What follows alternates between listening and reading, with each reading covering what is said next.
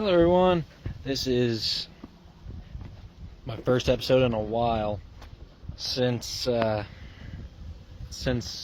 replaced the wheel hubs on my Silverado. Just want to kind of show everyone my new project, or next upcoming project.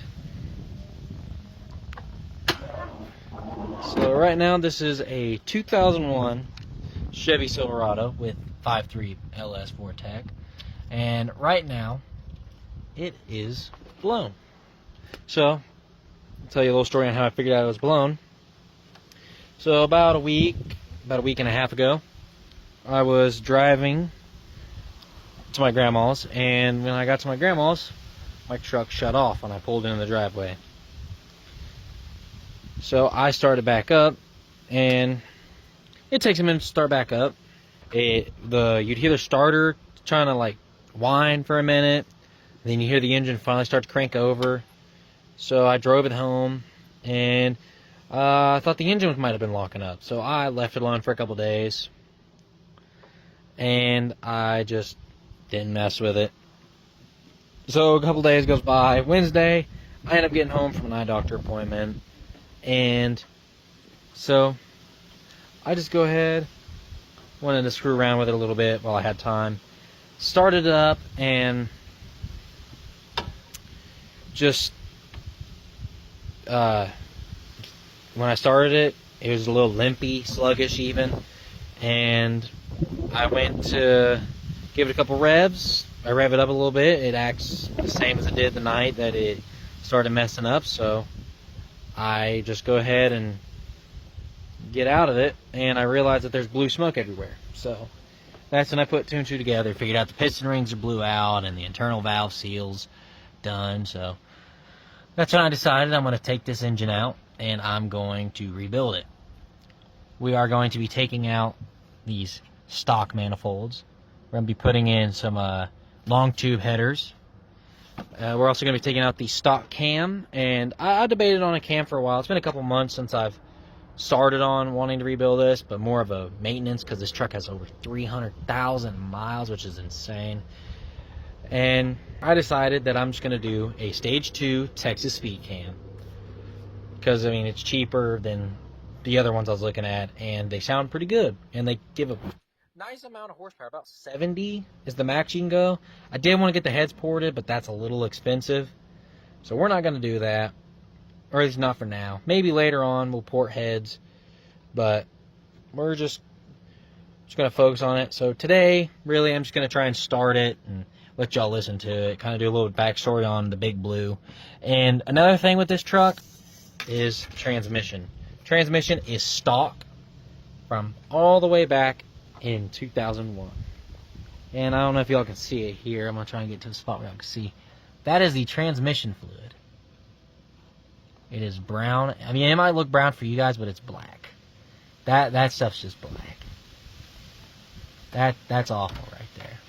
So today we're just gonna try and start it up and let you guys hear it, see the smoke around, and debating on even if it isn't blowing blue smoke anymore, I'm still gonna rebuild it.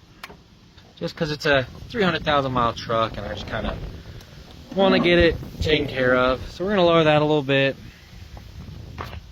And I already started taking this thing apart after I figured out the motor was blown. So let's just go ahead and try and see if I can't start this thing up a bit.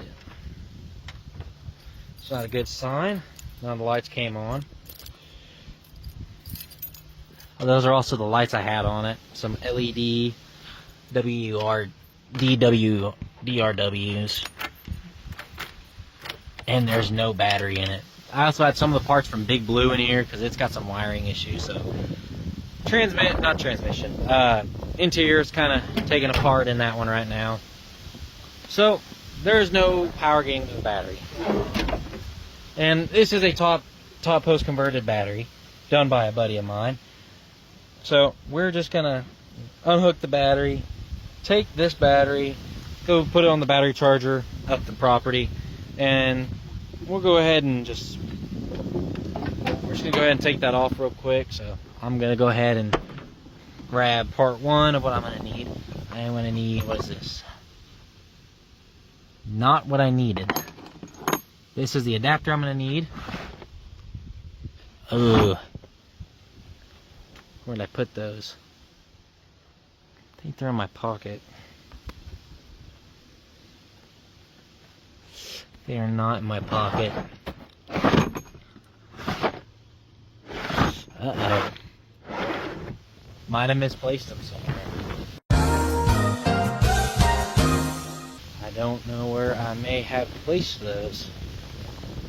But it's either going to be a 10mm or a 8mm. Right now, this is what I was using to get the bumper and stuff off. And another thing is that this truck is straight pipe, so it's going to be pretty loud. I was doing a muffler replacement on it, because the old Flowmaster 40 on it, it was done for, so I just wanted to get that. Just wanted to get it replaced with something better. And long story short, I ended up buying the wrong adapter, and so now I have to get a new one. And it actually fits on my other truck pretty darn well without the adapter. So we might just end up putting that one on big old blue, leaving this thing straight piped. You know, kind of depends on what we're gonna decide on doing. Kind of wanted to let you guys kind of help me on this. But right now I'm trying to find these sockets. So I guess I'm going to try and take a crack at it with my smaller sockets. Since I ain't got my long ones, I put them somewhere. Not sure where. So, oh man, did not come out for a second. So, yeah, truck's kind of filled to the brim with stuff. Just because I got stuff in it and everything. So, we're going to try and figure out which size this is. I have a wild estimate that's going to be a 10 or 10, but now that I'm looking at it, it might end up just being a 12. It is going to be a 12. So, let's go ahead and get a 12 out. So, the 8 and 10 long sockets that I had waiting for me, they are not in there. And you might be asking, why don't I just grab these out of the, grab the toolbox out? I really don't want to lose any more tools than I already have in it. So, we're going to grab the 11 and 12 just in case. So, a little bit more backstory of this truck. I actually got it from my dad when I was about 14 or 15. And it originally we bought it from a used car dealership in Oklahoma City. Which is why it has an Oklahoma City used motor parts, or motor cars thing on it. So,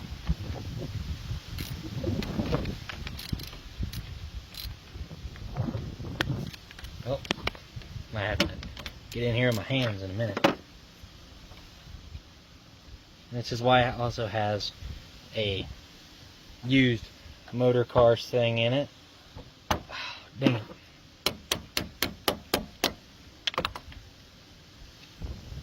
Ooh, that was close. Don't want that coming out. There we go. That one I might need a wrench for. I might need a wrench for that. There ain't really too much to think about that. Let me see if I got a 12mm wrench. Oh, sweet, I do. That's my luck right now. So, back to the backstory. Truck, I bought it. We bought it in Oklahoma City in about, let's say, back in like 2016, 2018, around there. I think it might have even been 2014. My dad originally bought it because his last truck had blown the engine, and my dad's not that mechanically inclined, so he just went and bought a new truck. This truck originally had 150,000 miles when we bought it. And it lasted us a pretty good while. When I had it, when I got it from my dad, he sold it to me for a very good price. It was about at 277,000 miles. And I was 14, 15 at the time. So I thought, man, this truck broke down. It was broke down at the time because it had some water pump issues that we thought were head gasket issues. Which is kind of the reason it took me almost a year to even get this truck from them. And I fell in love with it. Drove it around for a couple months and kind of just fell in love with it. Alright, but we got the battery out, so we're going to go ahead and just take it, throw it in big old blue, and get it to the battery charger. So, this is Big Blue. And we'll get back to that backstory on the other truck, but this is Big Old Blue. I have had it for a little over a year now. Originally I bought it with a wrecked bumper and fender. And I had bought it from a friend of mine and actually missed it, but this thing had chrome covers and they just came off today. Like, no joke. They came off today and I'm so mad. But thankfully I have new ones ordered and we'll do another episode on that. And the interior, also kind of a mess just because, well, just because it's just kind of been not cleaned out. But we're going to go take this battery up there and we're going to go ahead and throw it on the charger. So I will skip to that for you guys so you don't have to see the drive. Alright, we are here at the shed with the battery charger in it. And we're just, you know, just got to deal with the lock and everything. It's kind of hard to do this with barely any hands. Put that battery down. There we go.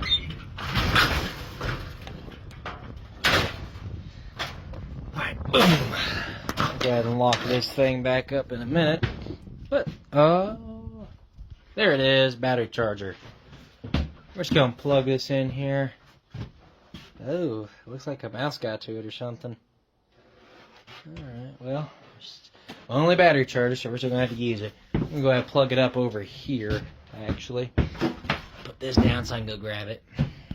But we're going to leave it on the charger for about an hour. Just kind of see where the volts and everything are on this thing. And we'll go ahead and come back up and check it on an hour. And my yard does look a little messy. But that's just because, well, we've had a few problems with our yard. We clean it up and somebody comes in and trashes it.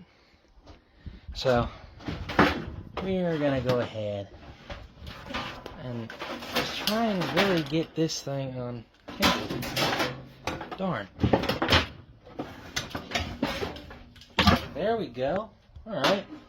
It is now untangled. I'll plug it up behind here.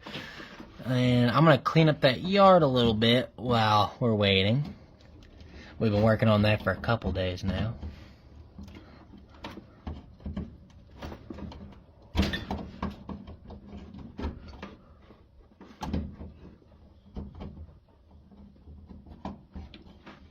See if I can get this in. Hold on. So, got it plugged in.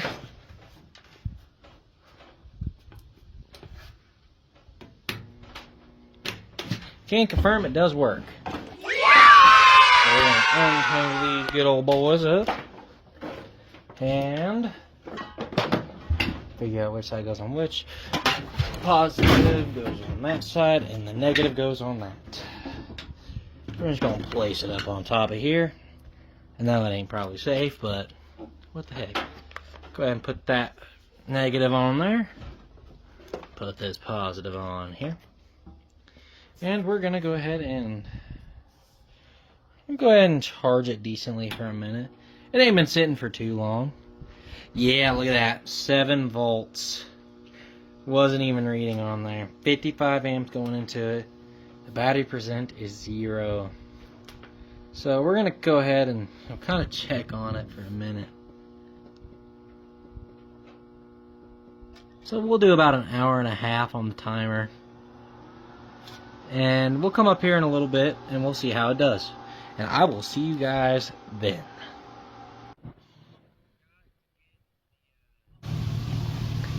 to get a video of me getting the battery from the battery charger. It sadly didn't work, so we just pushed it from up there, pushed it down here as much as we could without getting too close with the car, and pulled Big Blue up, try and get her. So she's been charging for a couple minutes, and look at that. That is how it should be lighting up when we're getting ready to drive. So we're just gonna hop in here. Moment of truth. Still needs a couple minutes to charge. Alright, here we go for attempt number dosimos.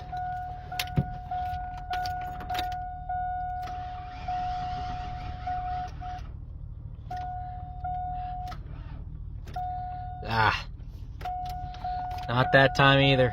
Alright, so I have found out why it's not charging as great is because apparently was keep pulling my key up before it was all the way deactivated, the ignition cylinder, so it's just not wanting to come out.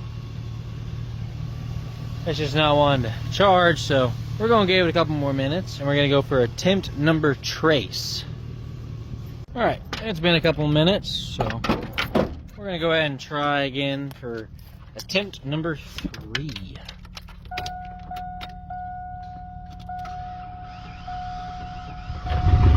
There she goes.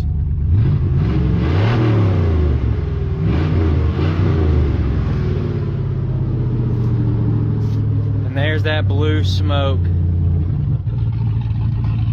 There's that blue smoke that I hate so much. It smells like pure gas. But look at that. She is doing well. Besides the fact of, oh, okay, we're gonna fix that. Besides the fact of it plottering oil at the exhaust, that's okay. We don't need that. But I mean, alive and well.